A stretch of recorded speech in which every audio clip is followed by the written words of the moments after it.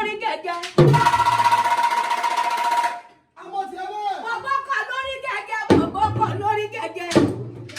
Ìgbà tí wọ́n lálẹ́ níbi kan, bọ̀bọ̀ kan lórí gẹ́gẹ́.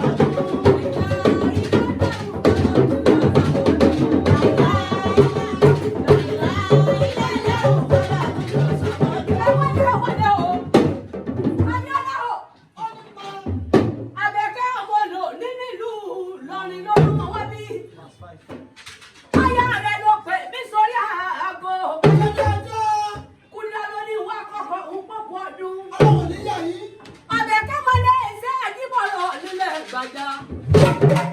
Bí ni wẹ́n tọ́ sí nílẹ̀. Abẹ́kẹ́dẹ́ yìí ò ní. Bùsáyọ̀ tó fẹ́ràn ní Thecuteabiola'S. Olómọge rí níbi ìjọ ní gbogbo wa. Àkàndá ọmọ ẹdúró jùlọ. Ọmọdé wa ọmọ lẹ́yẹ. Ayé òpó láyé ajú gbégbé lọ. Abíọ́lá abólóúnjẹ sọ̀rẹ́ o. Abíọ́lá abólóúnjẹ lọ́wẹ́kẹ̀. Olè ní òní àwọn èkó jẹ wọlé.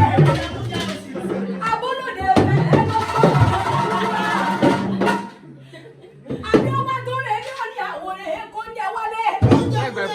Àyẹ̀fẹ́ ọmọ òpópó ọmọ ajá lẹ́kàn. Ọmọ òpópó sọ òpópó ajá lé wá. Abíọ́lá ẹ̀dẹ́rìn wọ̀ sọ́dún. Abíọ́lá ọjọ́ yẹn máa rẹ́ o. Ọmọ ológo tó ń sọ. Ó lè ní òní àwọn èkó jẹ wọlé. Abólóúnjẹ kú. Abólóde fẹ́ aróde yọ. Aróde dúró. Abólóúnjẹ wà lulẹ̀. Ọmọ òde rí alíbi nínú ẹ má sì ní ewu kọ́ba àti wọlé.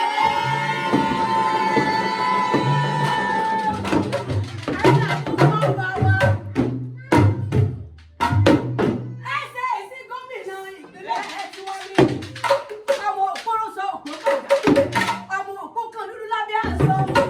Àwọn òsìbìlì abẹ́kẹ́gun ìníṣẹ́ àtúbọ̀rọ̀ níwájú. Dábọ̀ lórí ìró.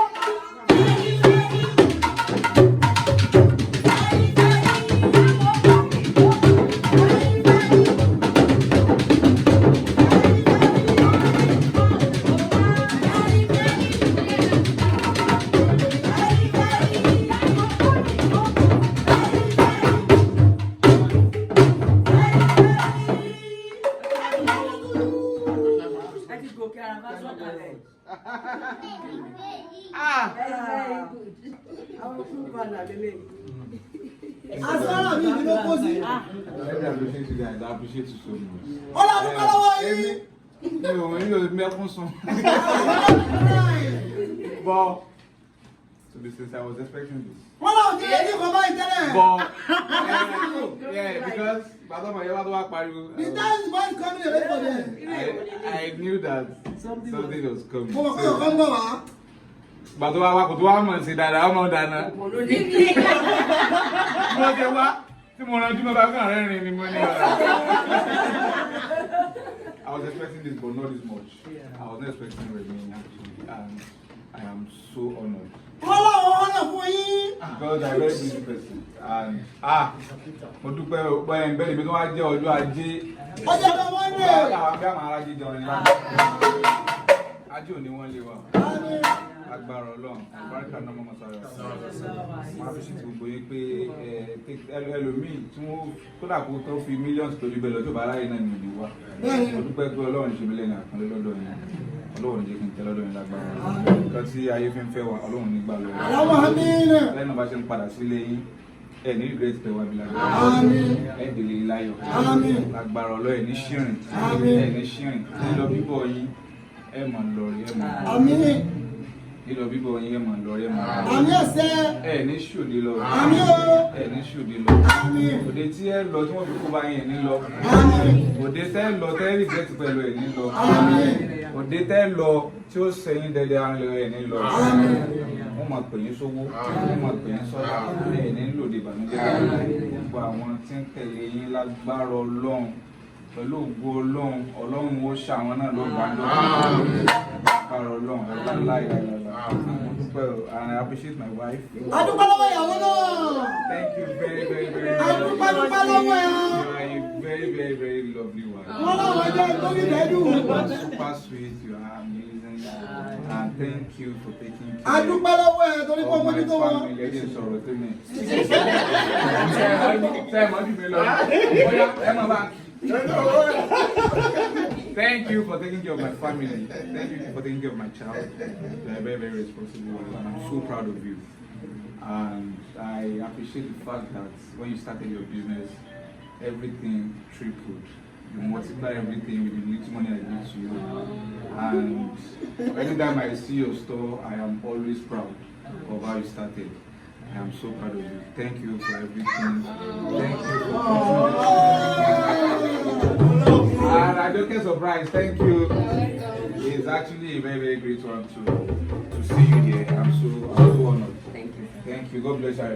Amen. Remmy Chanter, especially once again, my person from day one, Latin left. God bless you. God bless you. Thank